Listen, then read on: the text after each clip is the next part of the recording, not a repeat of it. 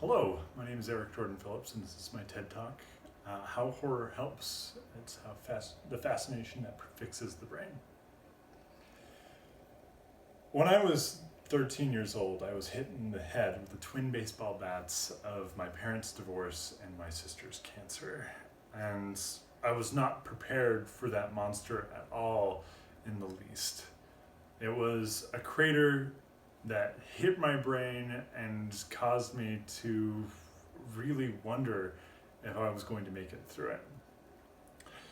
Now, during this time in my life, fiction became one of the most important distractions. Fantasy was good, sci-fi was even better, and provided a great distraction for me.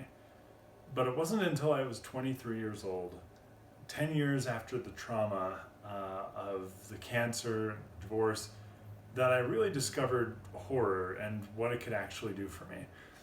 Now, I do want to preface this entire talk with the fact that I don't like horror movies. I've never been into them, but in those stories, I found that there are characters that I could really relate to and care about. Things that I could even see myself doing were I in those situations. My first point starts that fiction, provides escapism. It's one of the ways that we try to make sense of life. In fiction, everything's really clean. There's a setup, there's a payoff, and it exercises the imagination. For a long time, there were serials or magazines that would publish these stories, such as Fantastic Story Magazine or Horror Story Magazine or Exciting Tales. And these were all there just to provide scope.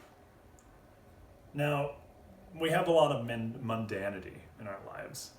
A lot of us are dealing with the same problems over and over and over and over.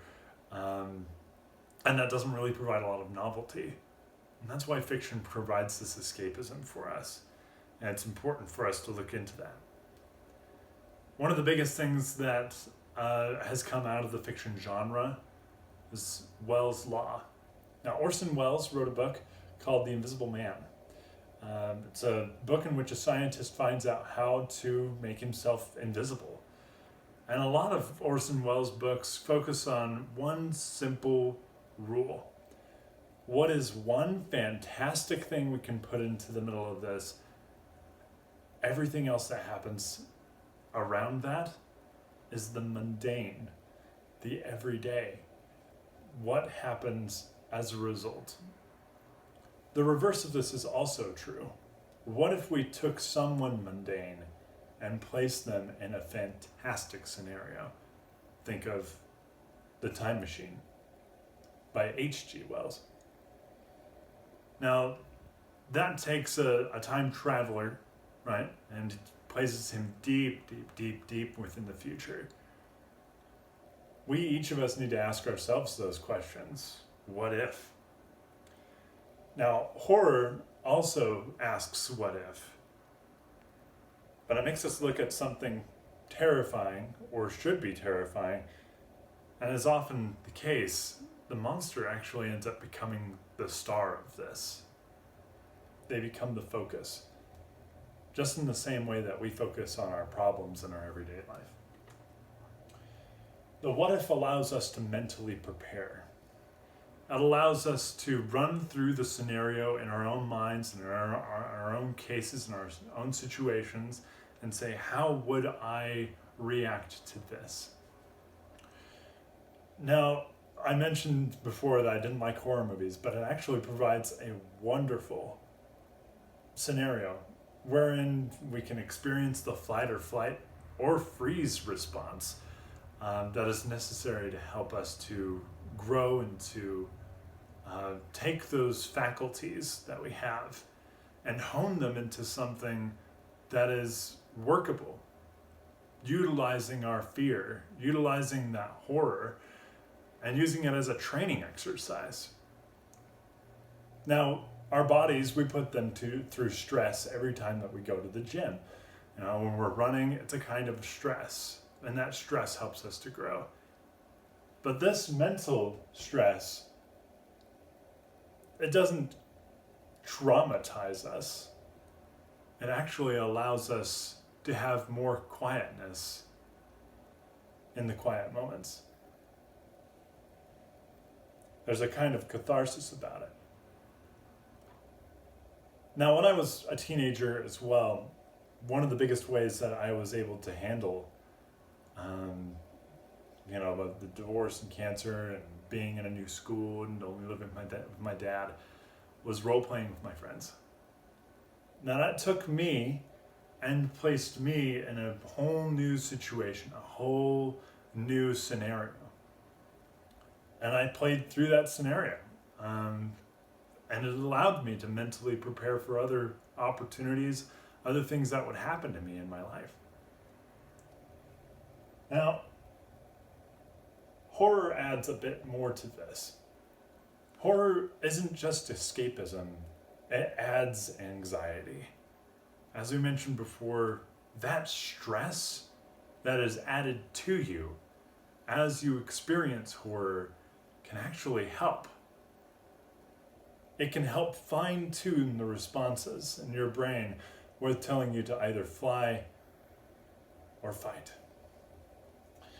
Now, sometimes horror ends with the main character or the protagonist failing. And that's a reflection of real life. In fantasy and sci-fi, usually what you'll get is a happy ending. But that won't always be the case with our lives, right? I mean, how many of us here have failed at something, anything at all? We aren't 100%. In fact, studies show that 85% success rate is actually the best ratio to failing and success that there is. You'll be happier this way.